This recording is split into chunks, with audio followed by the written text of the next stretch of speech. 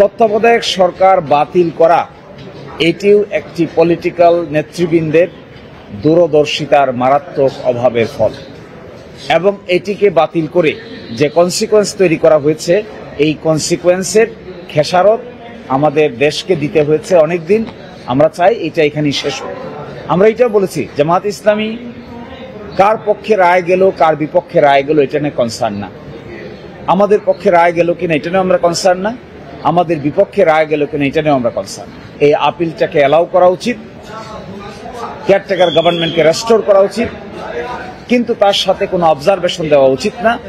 যেহেতু একটা বৃহত্তর সংস্কার প্রক্রিয়া চলমান, জুলাই চার্টার হয়েছে, আদেশ হবে, গণভোট হবে এবং পরবর্তী পার্লামেন্টে এটি নিয়ে আলোচনা হবে।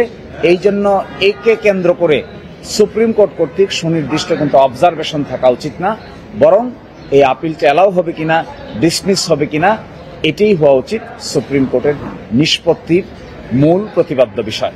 এখানে যদি বাড়তি কোনো অবজারভেশন থাকে, কোনো ডাইরেকশন থাকে, তাহলে ইতোমধ্যে জুলাই চার্টার এবং পার্লামেন্টে উপস্থাপিত যে প্রপোজাল এগ্রি করেছে রাজনৈতিক দলগুলো, সেই বৃহত্তর সংস্কার প্রক্রিয়া কিছুটা হলেও ক্ষতিগ্রস্ত হতে পারে। তত্ত্বাবধায়ক সরকার ব্যবস্থা বর্তমান প্রেক্ষাপটে সংবিধানে অ্যালাউ হয়ে পুনরুজ্জীবন হলেও বাস্তবে এটি কার্যকর করা এই মুহূর্তে সম্ভব নয়।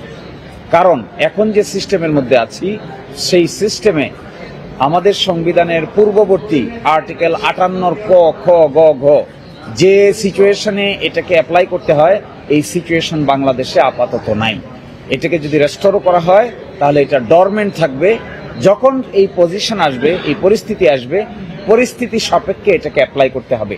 বর্তমান কোনো পার্লামেন্ট নাই, সুতরাং পার্লামেন্ট ভাঙারও প্রশ্ন আসে না। পার্লামেন্ট যদি না ভাঙে তাহলে কেয়ারটেকার গভর্নমেন্ট কি করে গঠিত হবে?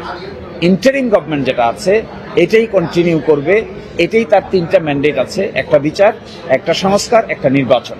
আমরা এটা বলেছি আদালতকে, এই তিনটা সংস্কারের ভিত্তিতেই বর্তমান সরকার তার অরিজিনাল ফর্মে কন্টিনিউ করবে।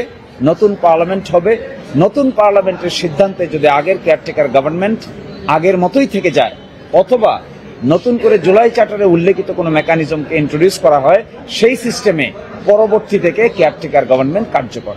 আমরা চাই তত্ত্বাবধায়ক সরকার ব্যবস্থা ফিরে আসুক রায়ের মাধ্যমে, কিন্তু এটিকে কেন্দ্র করে সুনির্দিষ্ট কোনো ডাইরেকশন কিংবা অবজারভেশন আমরা আমাদের পক্ষ থেকে চাই না। তাতে একটা বড় ধরনের কেওয়াস বা বড় ধরনের আনসার্টেনিটি বা অনিশ্চয়তার তৈরি হতে পারে। আমি একটা জবাব দিচ্ছি, আগামী নির্বাচন যেটা অনুষ্ঠিত হতে যাচ্ছে, এই নির্বাচন ত্রয়োদশ সংশোধনীতে উল্লেখিত যে তত্ত্বাবধায়ক সরকার ব্যবস্থা আছে ওই ব্যবস্থায় হওয়ার কোনো সম্ভাবনা আমরা দেখছি না। আইনও এই বর্তমান সিস্টেমে অতীতের তত্ত্বাবধায়ক সরকার ব্যবস্থা কার্যকর করার কোনো আইনি প্রভিশন আপাতত বাংলাদেশে নেই। এই জন্য, কারণ তত্ত্বাবধায়ক সরকারের আগের যে বিধানটা ছিল এটি হলো সংসদ ভেঙে যাওয়ার 15 দিনের মধ্যে এই সরকার গঠিত হবে।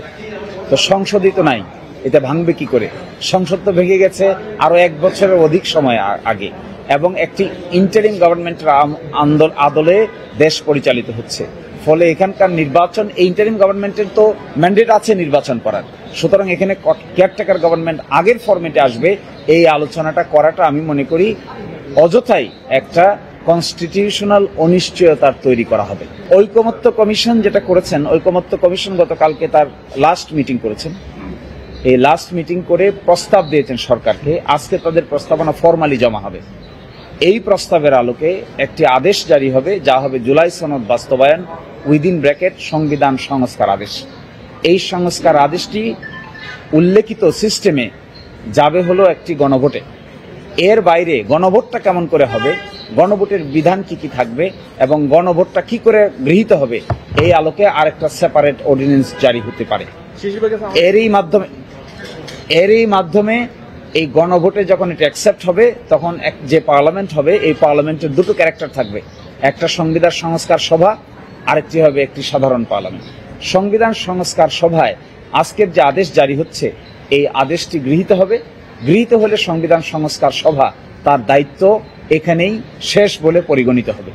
এর পরবর্তী যে নর্মাল পার্লামেন্ট হবে ওই পার্লামেন্টে সংবিধানে গৃহীত সংস্কারগুলো পরবর্তী পার্লামেন্ট থেকে কার্যকর হবে। এই রোড ম্যাপের ভিত্তিতেই আজকে আমরা আশা করব ঐকমত্য কমিশন সরকারকে যে রেকমেন্ডেশন দিচ্ছে এই রেকমেন্ডেশনের আলোকে কারো কোনো কনফিউশন ক্রিয়েট না করে দ্রুত তাই ইমপ্লিমেন্টেশনে যেতে হবে। এইটাই বাংলাদেশের ইতিহাসে সবচাইতে বড় সাংবিধানিক সংস্কার হিসেবে আখ্যায়িত হবে। এই গভর্নমেন্ট ইলেকশন করবে না, করবে কে? Caretaker government. কেয়ারটেকার গভর্নমেন্ট আমি আপনি এখন গঠন করতে পারবো।